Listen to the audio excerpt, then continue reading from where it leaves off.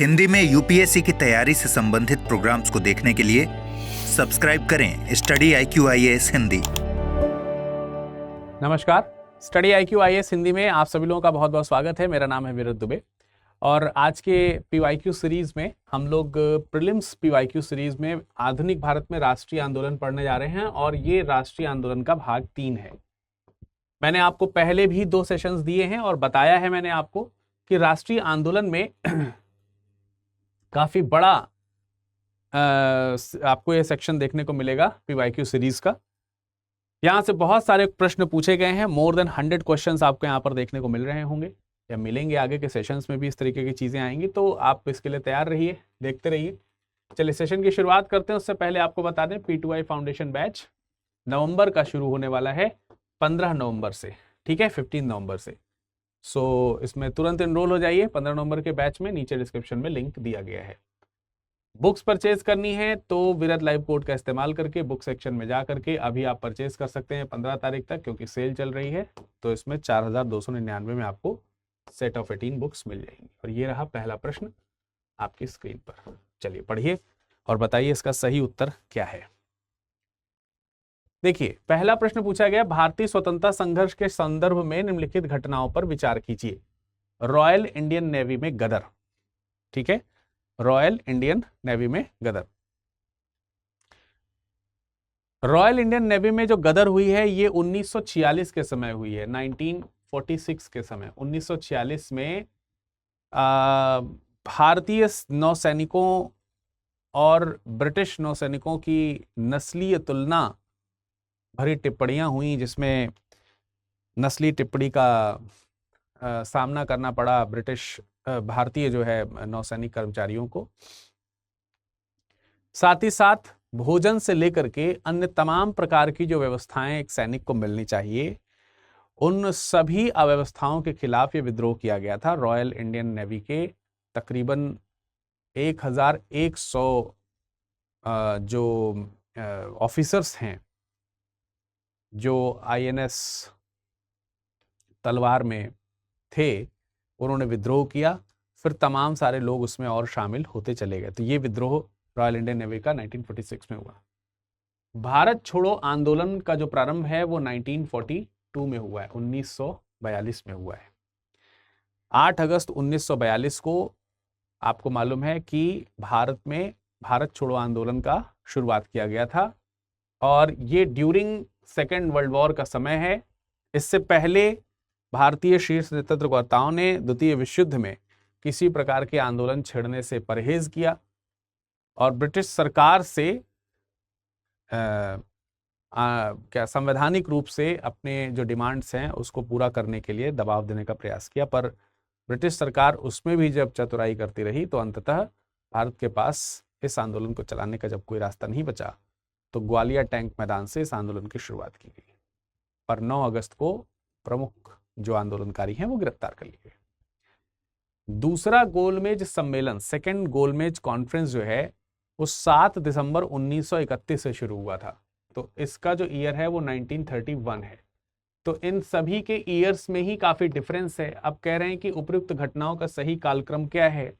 Generally इसमें आरोही अवरोही पूछा नहीं गया है, तो हम पहले से बाद के क्रम में जाते हैं। तो पहले द्वितीय गोलमेज सम्मेलन हुआ, यानी 3 से स्टार्टिंग होगी। ये केवल C और D में ही हो सकता है, ये तो सही नहीं होगी। उसके बाद 1942 है तो 2 हो जाएगा, 3 के बाद 2, ये करेक्ट आंसर है, ये रॉन्ग आंसर है। आंसर हमारा कौन सा आ गया? आंसर हमारा हो गया ऑप्शन नंबर C, ठीक है। अगले प्रश्न पे चलते हैं। सर स्टैफोर्ड क्रिप्स की योजना में यह परिकल्पना थी कि द्वितीय विश्व युद्ध के बाद भारत को संपूर्ण स्वतंत्रता प्रदान की जानी चाहिए। स्वतंत्रता प्रदान करने से पहले भारत को 2 भागों में विभाजित कर देना चाहिए। भारत को इस शर्त के साथ गणतंत्र बना देना चाहिए कि वह एक राष्ट्रमंडल में शामिल होगा। भारत को डोमिनियन स्टेटस दे देना चाहिए। पहली बात तो सर स्टैफोर्ड क्रिप्स का जो क्रिप्स मिशन आया है 1942 में, इसके पीछे का जो मेन मोटो है वो ये है कि कांग्रेस का साथ लिया जा सके, कांग्रेस का साथ लिया जा सके सेकेंड वर्ल्ड वॉर में। और इस साथ देने के लिए हम क्या पुरस्कार दे सकते हैं, क्या पुरस्कार दे सकते हैं भारतीयों को या फिर कांग्रेस को, इस पर विचार हेतु ये क्रिप्स मिशन भारत आया। पुरस्कार में वो ये लेकर के आया है कि अभी आप हमें हमारे युद्ध में सहयोग करें और उसके बाद हम आपकी जो स्वराज की मांग है उस तरफ जरूर विचार करेंगे आफ्टर द वॉर। तो उसमें उद्देश्य यही है कि अगर अधिक से अधिक कोई अवार्ड देना पड़ा हमें तो हम ये अवार्ड दे देंगे कि हम भारत को स्वतंत्र कर देंगे, लेकिन इस प्रकार कि वह एक डोमिनियन स्टेट रहेगा। डोमिनियन स्टेट का मतलब होता है एक अधिराज्य बनेगा। अधिराज्य का मतलब हो गया कि इसमें जो संप्रभुता है वो ब्रिटिश संप्रभुता रहेगी, ब्रिटिश संप्रभुता। ब्रिटिश संप्रभुता के अधीन भारत एक स्वतंत्र राज्य की तरह कार्य करेगा। यूनाइटेड किंगडम की सुप्रीमेसी रहेगी, ऐसा करके हम स्वतंत्र कर देंगे। यहां तक कि शुरुआती चरण में भारत की आजादी की मांग भी यही थी, लेकिन बाद में पूर्ण स्वराज 1929 के बाद से जब मांगा जाना शुरू किया गया तो फिर 1942 के क्रिप्स मिशन में आने वाले इस उद्देश्य को तो पूरा नहीं किया जा सकता था, क्योंकि भारत अब इस उद्देश्य से आगे बढ़ चुका था।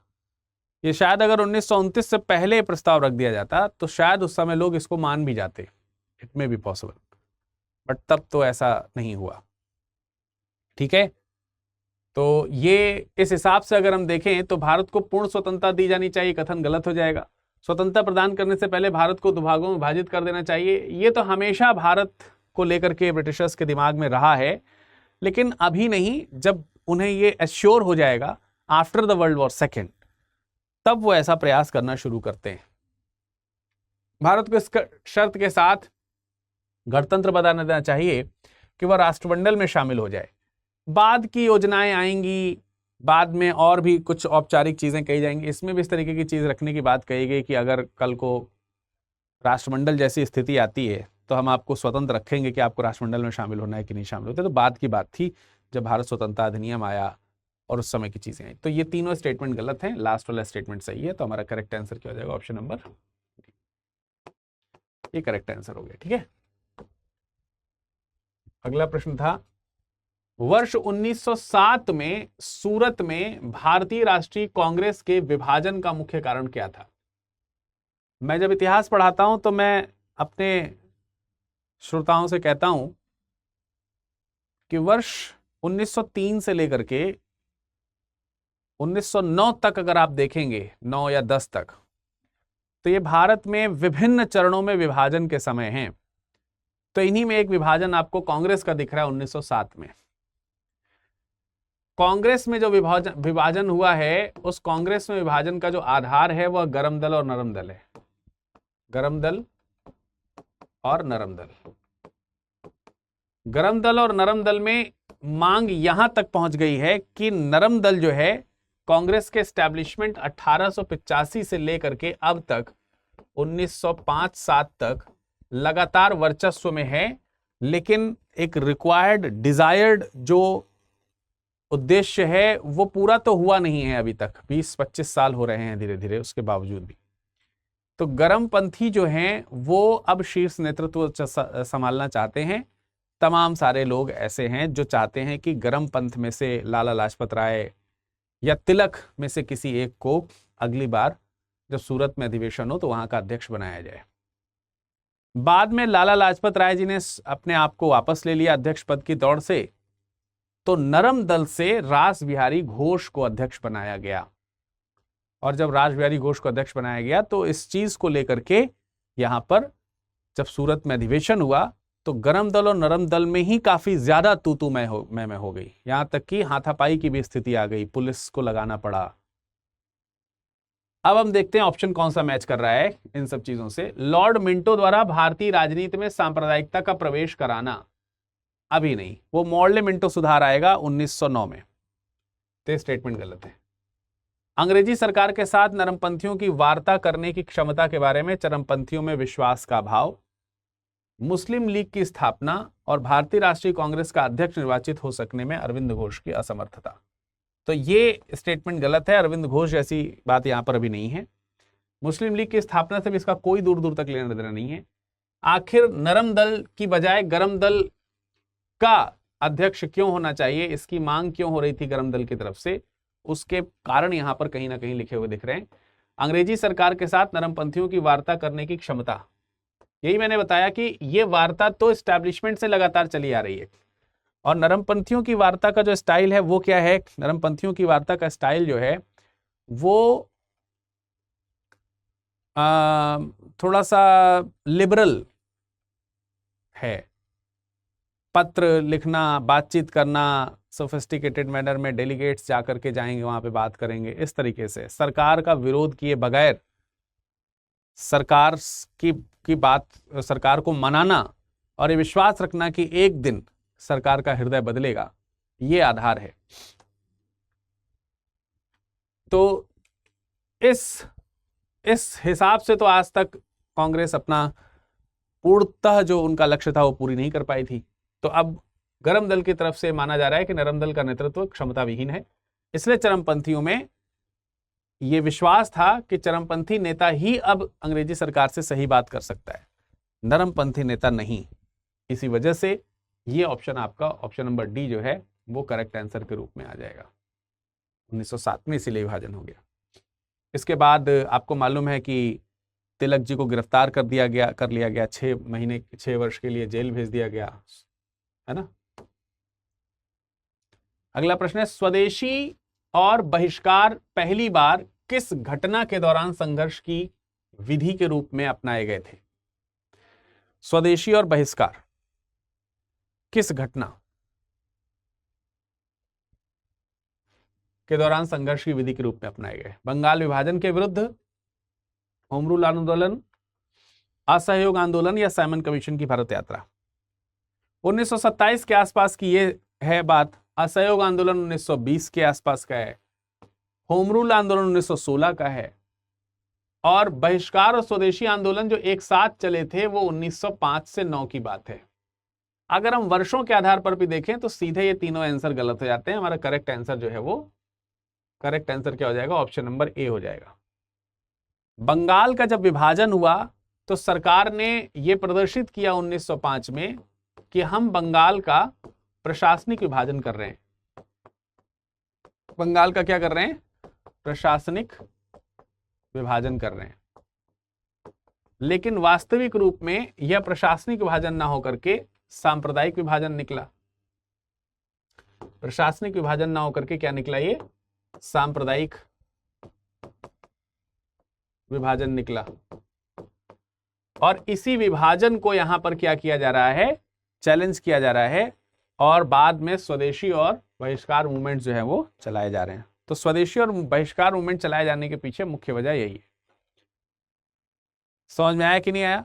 उस समय बंगाल क्रांति का या नव राष्ट्रवाद का, इन सब चीजों का एक बहुत बड़ा केंद्र बना हुआ है।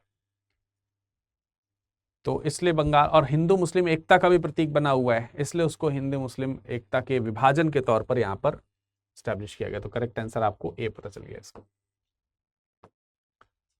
अगला प्रश्न, निम्नलिखित में से कौन भारत में उपनिवेशवाद का या के आर्थिक आलोचक था या थे? अब देखिए, उपनिवेशवाद के आर्थिक आलोचक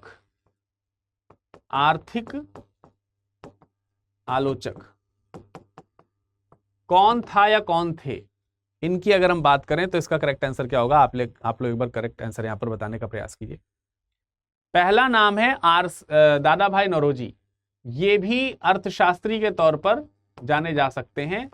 दादा भाई नौरोजी ने एक किताब लिखी जो पहली बार एक तरीके से देखा जाए तो ब्रिटिश भारत के आर्थिक चरित्र को दर्शाती है और भारतीय लोगों को जागरूक करती है कि देखो भाई, किस प्रकार से ब्रिटिशर्स भारत का आर्थिक दोहन कर रहे हैं।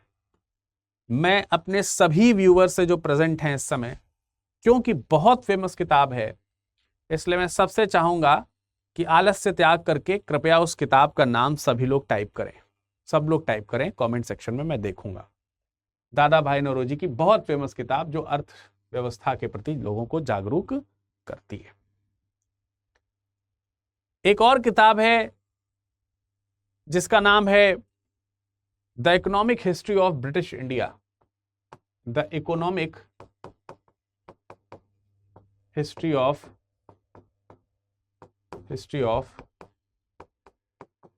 ब्रिटिश इंडिया,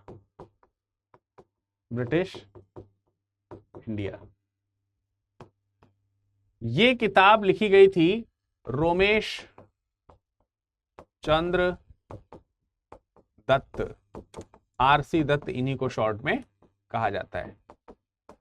और इन्होंने भी, आप नाम से पता चला सकते हैं, the economic history of British India, British India का आर्थिक इतिहास नाम की उन्होंने किताब लिखी है और बताया है कि किस तरीके से भारत राष्ट्रीय आय जो है उसका दोहन ब्रिटिशर्स के द्वारा किया गया है। औपनिवेशिक सरकार जो है वो किस तरीके से भारत का आर्थिक नुकसान कर रही है, इसमें अगर हम देखें तो इसका बहुत सारे ब्रिटिश और भारतीय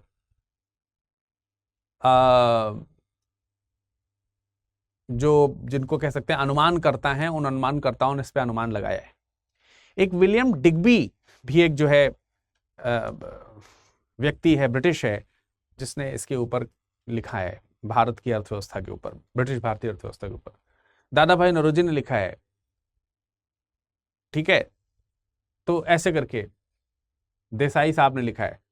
जी सुब्रमण्यम अय्यर भी इसी क्रम में एक व्यक्ति माने जाते हैं जिन्होंने उपनिवेशवाद के आर्थिक आलोचक जो रहे हैं।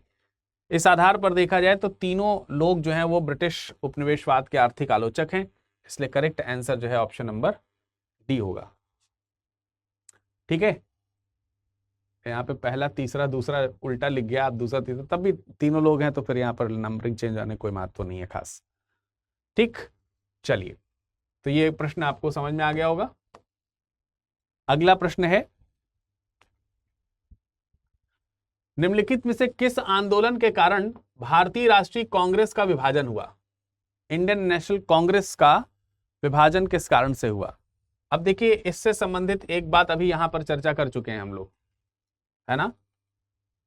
ये देखिए, ये उसी से संबंधित 2016 में एक क्वेश्चन पूछा गया और फिर 2015 में भी इसी संबंधित एक क्वेश्चन पूछा गया था। लगातार 2 वर्षों में एक ही टॉपिक पे 2 क्वेश्चन बनाए गए। निम्नलिखित में से किस आंदोलन के कारण भारतीय राष्ट्रीय कांग्रेस का विभाजन हुआ, जिसके परिणाम स्वरूप गरम दल और नरम दल का उदय हुआ? वो थोड़ा बाद का है समय,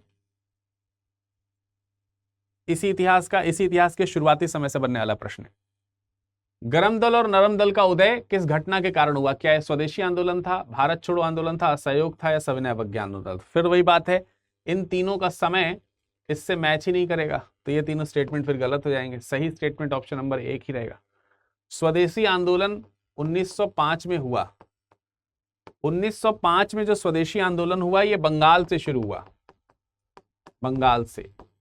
ठीक है, कांग्रेस ने शुरुआत में इसको एक्सेप्ट नहीं किया, लेकिन बाद में एक्सेप्ट कर लिया स्वदेशी मूवमेंट को। स्वदेशी मूवमेंट की शुरुआत जो है आप कलकत्ता में टाउन हॉल में मीटिंग करी गई, वहां से मानते हैं।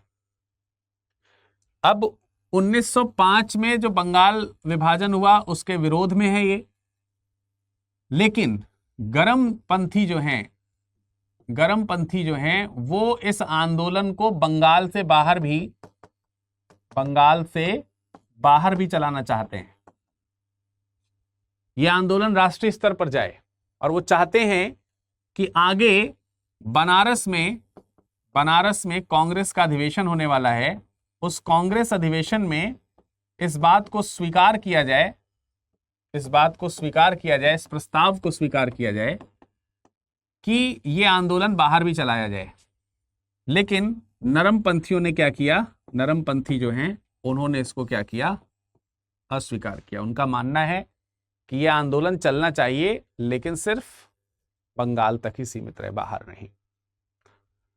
इससे सरकार का विरोध होगा। सरकार का विरोध नरमपंथी नहीं करना चाहते थे। यही डिस्प्यूट का कारण हुआ और गरमपंथ और नरमपंथ को लेकर के तब तक ये विचार में मतभेद चलते रहे जब तक कि विभाजन हो नहीं गया। और विभाजन कब हुआ? ये 1907 हुआ। किस आंदोलन के कारण भारतीय राष्ट्रीय कांग्रेस का विभाजन हुआ, इसके परिणाम स्वरूप गरम दल नरम दल का उदय। ठीक है, तो ये चीज आपको ध्यान रखनी है। इसका करेक्ट आंसर है ऑप्शन नंबर ए। इसका सही उत्तर है option number A, correct answer. तो आई होप कि ये प्रश्न जो मैंने आपको बताए ये सारे आपको समझ में आए होंगे। कुछ और प्रश्नों की श्रृंखला लेकर के मैं आपको शनिवार को आपके सामने मौजूद रहूंगा। P2I फाउंडेशन बैचेस जो हैं इनमें आप नवंबर बैच में इनरोल करा सकते हैं विरद लाइव कोड के साथ। इसमें आपको लाइव बैचेस मिलेंगे, GS के, CSAT के, ठीक है, और साथ ही साथ करंट अफेयर्स प्रोग्राम के लाइव क्लासेस इसकी सबकी मिलेंगी। बुक्स की रही बात, तो बुक्स जो है आपको इसमें सेट ऑफ 18 बुक्स आपको इसमें दी जाएंगी। आपको अलग से कोई किताब नहीं खरीदनी है, किसी भी तरीके से कोई किताब अलग से नहीं खरीदनी है। मेंटरशिप की बात करी जाए तो मेंटरशिप जो है आपको इसमें दी जाएगी विभिन्न चरणों में। 1-to-1 मेंटरशिप भी है, व्यक्ति को प्रत्येक आप जो लोग एडमिशन लेंगे सबको एक पर्सनल मेंटर्स जो है वो दिए जाएंगे। आप उनसे बात कर सकते हैं, फोन पे भी, व्हाट्सएप पे भी, हर तरीके से कॉन्टेक्टेड रहेंगे वो आपसे। इसके अलावा स्पेशल सेशंस जो हैं हम लोग ज्ञानवाड़ी का देते रहते हैं। इसमें ज्ञानवाड़ी सेशन हमारे हेड मेंटोर हैं श्री अनिल स्वरूप सर, जो रिटायर्ड कोर्ट सेक्रेटरी भी रहे हैं भारत सरकार के, उनके नेतृत्व में चलाया जाता है और आप उनसे जुड़ करके बहुत ही मोटिवेटेड महसूस करेंगे। बहुत ही शानदार गाइडेंस देते हैं वो। इसके अलावा प्रीलिम्स की या मेंस की या फिर इंटरव्यू के लिए अलग से जब ये चीजें आपकी आएंगी तब इस बैच की वैलिडिटी के साथ आपको इसकी स्पेशल प्रिपरेशन कराई जाएगी। जैसे जब प्रीलिम्स का एग्जाम हो रहा होगा तो आपको अलग से SIP बैच दिया जाएगा जो सिर्फ प्रीलिम्स को ही ध्यान में रख करके रिवीजन, टेस्ट, ये सब चीजें, क्लासेस, वीडियो लेक्चर्स फिर से प्रोवाइड कराएगा, जबकि बैचेस में तो आपने सब चीजें पढ़ रखी हैं उसके बावजूद। मेंस में इसी तरीके से सक्सेस इन मेंस प्रोग्राम आपके लिए चलाया जाएगा। अगर आप प्रीलिम्स क्वालिफाई करते हैं तो हम निःशुल्क आवासीय सुविधा के साथ आपको दिल्ली बुलाते हैं और आपकी दिल्ली में रहने खाने की सब व्यवस्था हम लोग करते हैं और यहाँ पर आपको पढ़ाया जाता है निःशुल्क ऑफलाइन मोड में। उसके लिए प्रीलिम्स क्वालिफाई करना पड़ेगा आपको बस, और कुछ नहीं, ठीक है। और इंटरव्यू में जब आप जाते हैं, जब मेंस क्वालिफाई कर लेते हैं, इंटरव्यू में जब जाते हैं तो इंटरव्यू में आपके डैफ यानी कि डिटेल्ड एनालिसिस जो फॉर्म होता है उस पर लेकर के आपके पर्सनल क्वेश्चंस जो हैं वो बनाए जाते हैं जो इंटरव्यू में पूछे जा सकते हैं। हर एक व्यक्ति के अलग अलग क्वेश्चंस 100, 150, 200, 300 जितने क्वेश्चंस बन सकते हैं वो सब बना करके आपको दिए जाते हैं, उस पर प्रैक्टिस कराई जाती है। फिर बाद में उस पर आधारित 2 रियल सेशन मॉक के लेते हैं हम लोग, 2 मॉक टेस्ट आपको मिलते हैं, पूरी तरीके से प्रिपरेशन आपको इसमें मिलती है। सो इसीलिए ये कंप्लीट P2I बैच आपके लिए बहुत इंपॉर्टेंट है। बहुत यूनिक समय है, यूनिक फीचर है इस बैच में। 15 तारीख एकदम कल खत्म होने वाला है बैच में एडमिशन। देर मत कीजिए, नवंबर के इस बैच में तुरंत विरद लाइव कोड का इस्तेमाल करके एडमिशन ले लीजिए। बैच नहीं लेना है, केवल बुक्स परचेज करनी है, आप केवल बुक परचेज कर सकते हैं। जो बैच परचेज करेंगे उनको बुक मिलेगी। विरद लाइव ये हमारा कोड भी है और ये हमारा टेलीग्राम और इंस्टाग्राम, इन दोनों की आईडी भी है। इसी नाम से आप हमारे को खोज सकते हैं, आप हमसे जुड़ सकते हैं और इस लेक्चर की PDF प्राप्त कर सकते हैं। मिलेंगे शनिवार को इसके अगली सीरीज के साथ, तब तक ख्याल रखिएगा। धन्यवाद। हिंदी में UPSC की तैयारी से संबंधित प्रोग्राम्स को देखने के लिए सब्सक्राइब करें स्टडी IQ IAS हिंदी।